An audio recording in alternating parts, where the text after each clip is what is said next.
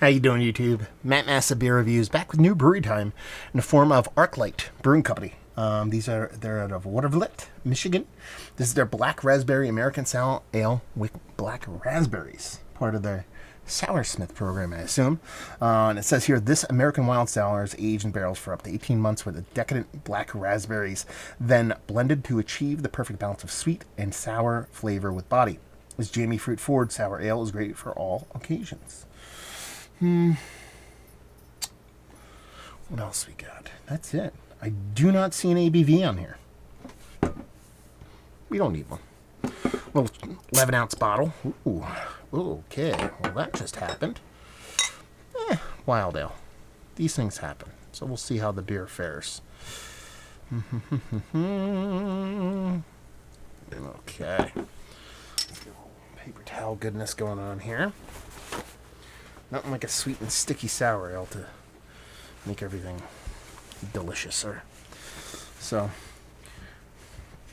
we'll see how this sucker lands after I get all nice and cleaned up here.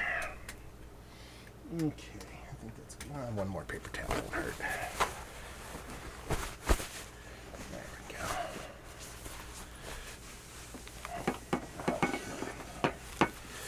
And there we go. So, it's got a bit of carbonation going on. Could just be overcarbed, could be going a little bit sideways. But as far as this beer looks, massive clean your table reviews. It looks like a raspberry beer, I can tell you that much.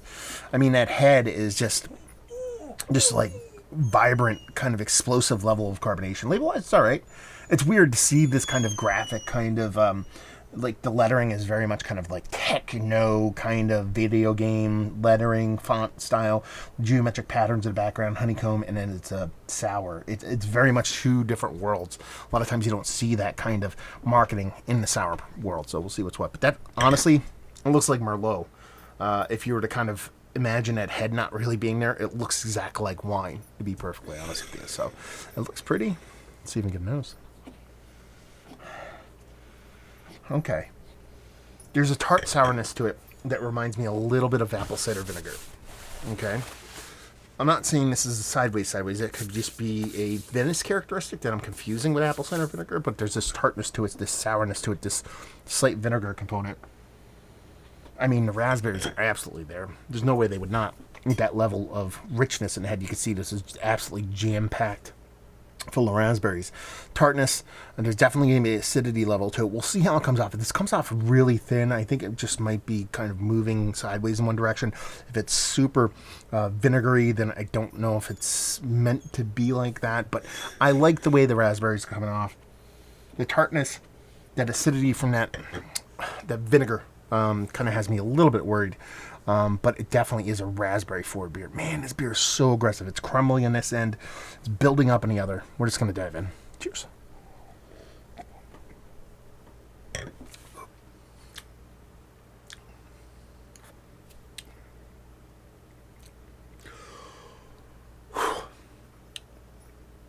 That is the sweetest beer I've ever drank in my life. Wow, I was not prepared for that. Holy shit, is that sweet. Good God, that's sweet. Wow. Okay. I gotta step back here. Take a breather. My blood sugar just shot through the fucking roof. Good God. That is sweet. Listen, they are trying to do the Wisconsin-Belgian red avenue here as far as a tart beer goes. If they're just that small little swirl just generates that kind of head on this thing. Aggressively carbonated.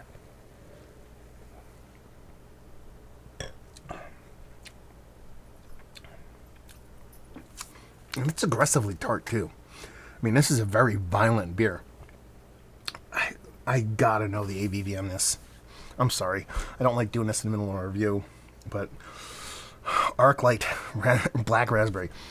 Let's play a game here. I have no idea the ABV. I want to say this is pushing 10%.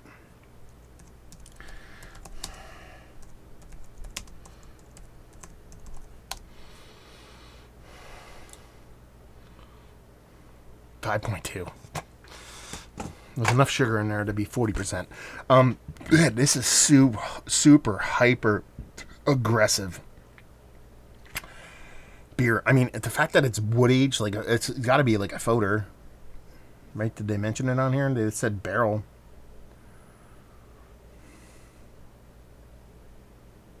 Yeah, it's got to be. Man, this is aggressive. Holy good God.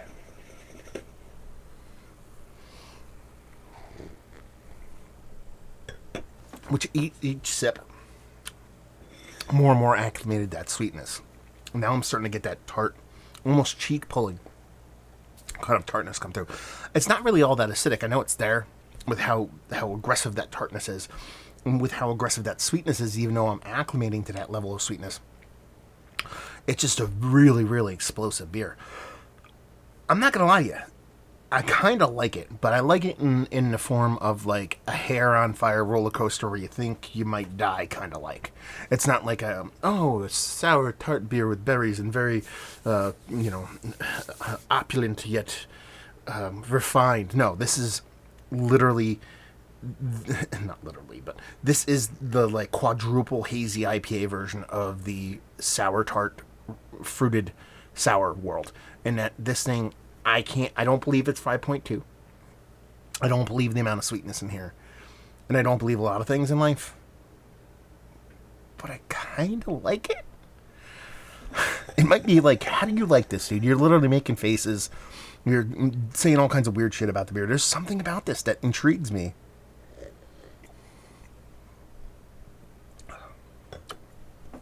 It's just so aggressive.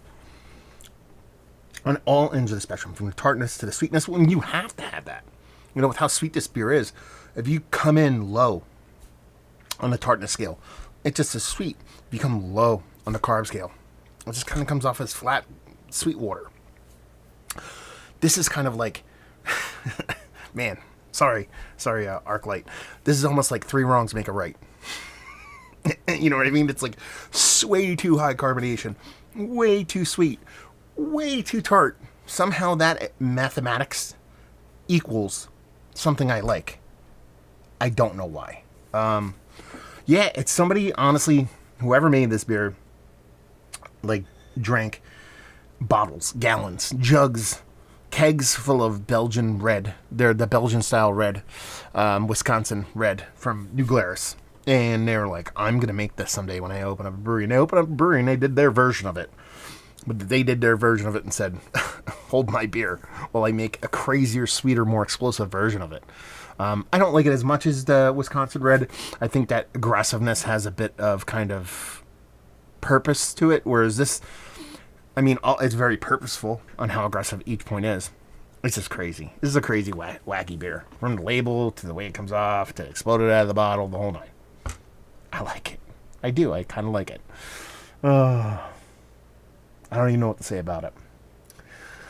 Let's just talk about it. Is this one of the... Oh, I didn't even talk about the flavors of the beer. How crazy is that? Raspberries galore. Every subsequent sip, that sweetness gets lower and lower and lower. That raspberry floats all the way through. There is now a dryness coming from the beer. It's finishing dry. The oak is coming through. That raspberry throughout. It's very organic while being a little bit jammy because of that sweetness. But now that sweetness is almost completely gone on every sip. And that carbonation level, while aggressive, is kind of needed for this beer to show the way it does. Is this one of the better fruited sour beers I've had as late? Yes. Is it Mount Rushmore status? No. But if I were to kind of shift that conversation over to, is this one of the more interesting beers I've had as of late? It is Mount Rushmore status. Something about it. Something about it I really dig. Value and availability? No idea. Please let me know what this is. Ryan gave this to me. I don't know if I mentioned that. And leave you with, if you like what we like this beer. If you like hair on fire roller coaster rides and sweet beers, Wisconsin Belgian Red from New Glarus. If you like those beers, hit that crazy roller coaster. You'll like this. So there you go.